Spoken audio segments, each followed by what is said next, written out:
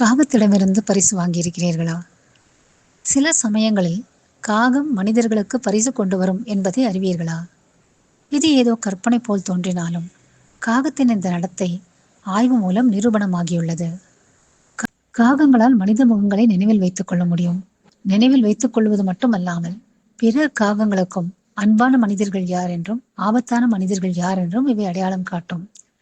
காகங்களுக்கு தொடர்ந்து உணவு வைப்பவர்களும் உதவுபவர்களும் சில சந்தர்ப்பங்களில் சிறிய மெட்டல் துண்டோ கண்ணாடி துண்டோ அல்லது பளபளப்பான பொருட்களையோ காகங்கள் விட்டு செல்வதை பார்த்திருப்பது ஆய்வு மூலம் அறிய வருகிறது.